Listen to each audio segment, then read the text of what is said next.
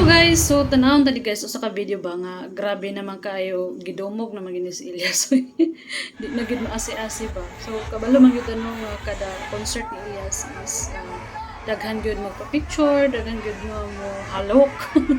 Daghan mo agunit sa kamot, gusto mo gakos tanan-tanan. So unsa jud kay ha no, unsa jud ka ang naa kang Elias na once good nga makita nila ang usa ka Elias JTV sa usa ka lugar, makasyagit, maka-proud, maka-hi, may nga ano nga usually ato mabatian sa mga supporters na. So karon nga year good is best year niya karon nga tuiga kay daghan kay siya mga guesting, daghan kay mga abot sa iyang kinabuhi karon nga as in sunod-sunod gyud guys no, kabalo man ta. So ing ana na gyud kasikat si Elias karon dili na gyud siya yung basta-basta kay ang iyang pagtaas medyo pa na gyud kainita nga wow,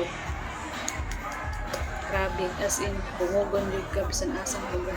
So sunod ani nanapod siya sa lugar ng Australia and US. So naapa na maabot guys. So nindot lang kayo kay dili sila basta-basta magsulti dayon ang daspat kay mamangha na lang ba sa Tagalog pa.